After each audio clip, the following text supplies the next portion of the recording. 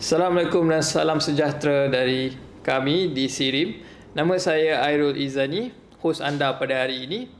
Dan hari ini kita ada tetamu yang cukup istimewa yang akan membincangkan perihal tentang permit alat-alatan komunikasi. Dan bersama saya hari ini adalah Encik Rustam. Ya, Encik Rustam, selamat datang. Terima kasih kerana hadir pada hari ini. Sama-sama. Okey, Cik Rustam, boleh perkenalkan nama dan jawatan serta peranan Cik Rustam di Sirim QS International? Okay. Terima kasih. Nama saya Rustam bin Samsul, berjawatan sebagai Senior Exec di Product Certification Inspection Department, bahagian persijilan komunikasi, multimedia dan hybrid product. So saya dekat CMCS ni dah almost 6 tahun. Peranan saya dekat CMCS ni untuk liaise dengan klien untuk membantu mendapatkan persijilan dan menolong mereka untuk mendapatkan import permit bagi barang-barangan komunikasi. Okey, baik, Cik Rustam. Kita nak tanya, kenapa barangan komunikasi tu kita perlukan permit import dari Sirim QS International? Kenapa tu? Okey. Yang pertama, sebab barangan komunikasi ni, kalau kita ini sebagai trader, importer ataupun manufacturer dekat Malaysia, yang pertama bila kita nak import barang, yang ni dah tertakluk kepada custom permission import order. So di mana barangan ini yang diklasifikasikan ada listed of tariff code daripada pihak custom, sampai saja ke Malaysia kena dapatkan permit. So permit ni bila dikendaki oleh custom perlu mendapatkan permit daripada PIA, which is Permit Issuing Agency daripada pihak Sirim. So kita dekat bahagian persijilan CMCS ni bertanggungjawab untuk mengeluarkan permit tersebut. So untuk kita mengeluarkan permit tersebut, kita kena tengok juga produk ni comply tak dengan local requirement. Produk ni sesuai tak untuk digunakan dekat Malaysia. Itulah peranan kita CMCS ni untuk menjaga the safety of the public and then to ensure the product yang digunakan di local market ni comply dengan MCMC requirement. Baik. Okey, cukup menarik ya berkenaan dengan maksudnya kenapa peralatan komunikasi ni perlu untuk permit import. Jadi kita nak tanya Encik Rustam ya, di mana apakah peranan Sirim QS dalam permohonan permit import bagi alatan komunikasi ni? Kita nak tahu apa peranan Sirim QS. Peranan yang kita saya cakap tadi, peranan kita adalah untuk memastikan komunikasi produk ni comply dengan MCMC technical code, and then kita untuk memastikan barangan yang diimport tu selamat untuk digunakan dan comply dengan custom provision import order. Jadi maksudnya barang-barang komunikasi di sekitar Malaysia ni mesti melalui Sirim QS lah. Ya, seharusnya begitu. Ya, baik. Okey, kita nak tanya contoh peralatan komunikasi yang memerlukan permit import ni. Macam setengah mungkin keliru kan, alatan komunikasi dari segi apa, mungkin mesin fax ataupun telefon dan sebagainya. Kita nak tahu daripada Encik Rustam.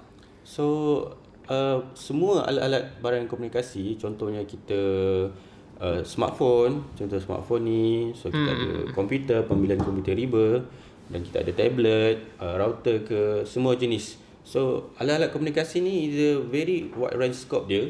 Contohnya dia ada boleh terjatuh kepada permainan, gadget.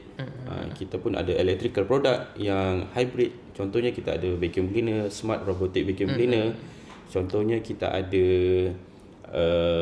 drone, drone yang mempunyai capability of wireless features, dan smartwatch. Kalau siapa-siapa yang pakai smartwatch tu yang membeli peluang, contohnya Fitbit yang ada function Bluetooth, wireless, yang ni tertakluk kepada persijilan dan memerlukan permit daripada Sirim. Baik. Jadi adakah ini termasuk contoh game konsol tu, macam contoh sekarang ni yang terbaru PlayStation 5, adakah termasuk sekali dari segi? Ya, betul. Game konsol pun kita certified. Baik. Yeah. Okey, kita dah tahu peranan dan kita dah tahu mengapa kita perlukan sijil import ni, permit import ni bagi mengimport barangan komunikasi. Jadi sekarang ni kita nak tahu daripada Encik Rustam macam mana usahawan di Malaysia ni kita nak import barangan komunikasi dari luar negara. Bagaimana prosesnya tu? Proses dia sebenarnya amat mudah. Kalau dengar-dengar yang kat luar tu ambil masa 3 bulan, 6 bulan, itu rasanya tak menepati syarat sebenarnya. So proses dia kita akan minta dahulu dokumen daripada pihak pengimport sama ada barang itu boleh dibawa masuk ataupun tidak. Ini syarat utama. So apabila kita menilai dokumen tersebut, contoh kita akan menilai produk spek dia, so comply dengan requirement, dan kita akan advise dia apa test report yang diperlukan. So bila dia mendapatkan test report ni daripada pihak pengilang ataupun the original manufacturer, tak kisahlah di China ke, Taiwan ke, Hong Kong dan sebagainya, dan kita akan verify semula test report tu sama ada boleh digunakan ataupun tidak. Sekiranya boleh, dan proses pensijilan hanya mengambil masa 5 hingga 8 hari waktu bekerja. So 5 hingga 8 hari ni tempoh yang kita set sendiri sebagai KPI kita, KPI section kita, to deliver the certification. Jadi usahawan di Malaysia usah risau tentang jangka masa yang lama atau sebagainya. Cik Ustam dah explain dengan very detail tadi kan. So tak perlu risau tentang tempoh tu. Okay, jadi sekarang kita nak tanya Cik Rustam, apakah kriteria bagi individu atau sebuah syarikat untuk mengimport sesuatu barangan komunikasi dari luar negara? Kita sebenarnya tidak menetapkan spesifik kriteria kepada mana-mana individu ataupun syarikat, asalkan syarikat itu berdaftar dengan SSM dan dia layak untuk memohon pensijilan SIRIM serta permit import. Baik. Okey, sekarang kita pergi kepada dari sudut pengguna pula ya. Okey, dari sudut pengguna, bagaimana pengguna boleh menyemak sama ada barangan import yang mereka beli ini selamat atau tidak, ataupun original ataupun tidak. Macam mana diorang nak semak? Adakah ada medium yang disediakan untuk pengguna sendiri semak? Ya. Kalau sekarang ni sebenarnya kita dah promote dah promote a few years ago. MCMC pun dah buat the program awareness tentang check your label. Baik. Semak dulu sebelum beli. Sekarang ni kita tagline yang baru pula, ada SIRIM baru beli. Baik. Okay, so dulu kita ada promote the CYL apps, kita panggil by check your label. So this platform apps ni boleh di-download di Google Apps ataupun Apple Store. Free saja. So dalam melalui apps tersebut, semakan boleh dibuat berdasarkan the serial number, IMEI number, model ataupun brand. So sekiranya produk tersebut telah memiliki sijil SIRIM ataupun telah berdaftar, maksudnya produk tu selamat untuk digunakan. Tetapi saya menasihatkan sebagai pengguna yang bijak, buat semakan terlebih dahulu sama ada model tersebut ataupun serial number tersebut sebelum membeli barangan di mana-mana e-commerce platform. So pastikan ada serial number ataupun pastikan ada SIRIM, barulah beli. Baik. Ingat tu, pastikan ada serial number dan pastikan ada SIRIM baru beli ya. Pengguna di luar sana. Baik, sekarang ni kita nak bercerita dan berbincang berkenaan dengan platform e-dagang di mana terdapat banyak lambakan alatan komunikasi di dalam platform tersebut. Jadi bagaimana pengguna ni kan macam mana mereka nak rasa selamat membeli dan menggunakan produk tersebut dari e-dagang? Adakah Encik Rustam merasa platform e-dagang ni selamat untuk pengguna? Bagi saya, selamat ataupun tidak selamat, e-dagang tu adalah bergantung kepada pembeli itu sendiri. It's a consumer power. So kita sebagai pembeli ni kena lebih bijak untuk memilih kedai-kedai mana yang menjual barangan-barangan yang telah diluluskan oleh pihak SIRIM ataupun mana-mana saja regulatory. Sebab kalau kita tengok kat sini, kita tak boleh menyalahkan 100% tanggungjawab tersebut kepada e-dagang, contoh Lazada dengan Shopee. Sebab bagi saya Lazada dan Shopee turut memainkan peranan dia sendiri, ada peranan dia sendiri. Itu of course the first filtration tu dibuat oleh mereka, tetapi pilihan ada di tangan kita sendiri. Kalau tak semestinya barangan-barangan yang dijual dekat Lazada dengan Shopee ni tak selamat ya.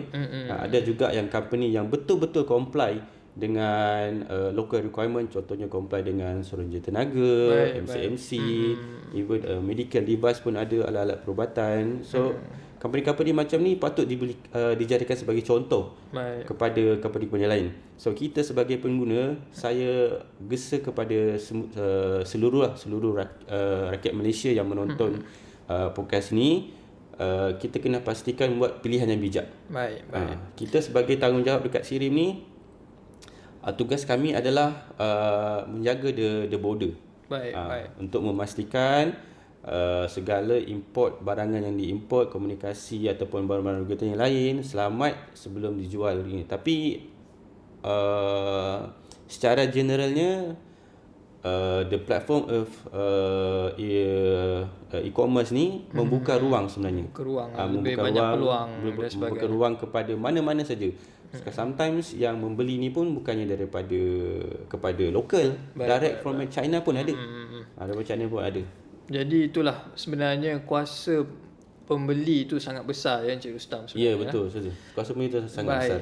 Jadi kita dah sampai ke soalan yang terakhir. Sebelum tu saya nak tambah boleh? Boleh, silakan Encik Rustam. Boleh, tak ada masalah. Dekat untuk e-commerce platform ni sebenarnya kita SIRIM sebenarnya dah ada satu scheme dipanggil STMS, SIRIM Trusted Mark Scheme, which is untuk kepada mana-mana seller yang terlibat, seluruh seller yang terlibat ataupun yang berminat untuk memastikan dia punya platform tu lebih diyakini, to put some added confidence level, some added value. Kita ada scheme untuk SIRIM Trusted Mark. So kepada purchaser, kalau boleh sila the first option, pastikan yang the e-commerce platform yang anda beli tu mempunyai logo STMS. STMS Yes, betul. Maksudnya kalau kita ada logo STMS maksudnya diperakui lah. Ada logo STMS dekat e-commerce platform tu, confirm selamat. Baik. Ya. Tu informasi yang sangat berguna buat purchaser di luar sana ya, untuk sebarang platform yang digunakan, tapi yang semestinya kuasa pembeli adalah pada pengguna sendiri ya. Okey, baik Encik Rustam, kita dah sampai ke soalan yang terakhir, di mana saya nak tanya, apakah usaha SIRIM QS International untuk membantu mengekang masalah lambakan alatan telekomunikasi ini, di mana alatan komunikasi ini ada yang tidak mempunyai permit daripada SIRIM QS ni. Bagaimana, apakah usaha yang dilakukan oleh SIRIM QS? Kita sebenarnya setiap tahun kita buat program actually dengan pihak custom JKDM. Kita pergi ke port-port entry di mana setiap cawangan custom ni kita akan buat custom awareness, program awareness in collaboration together with MCMC.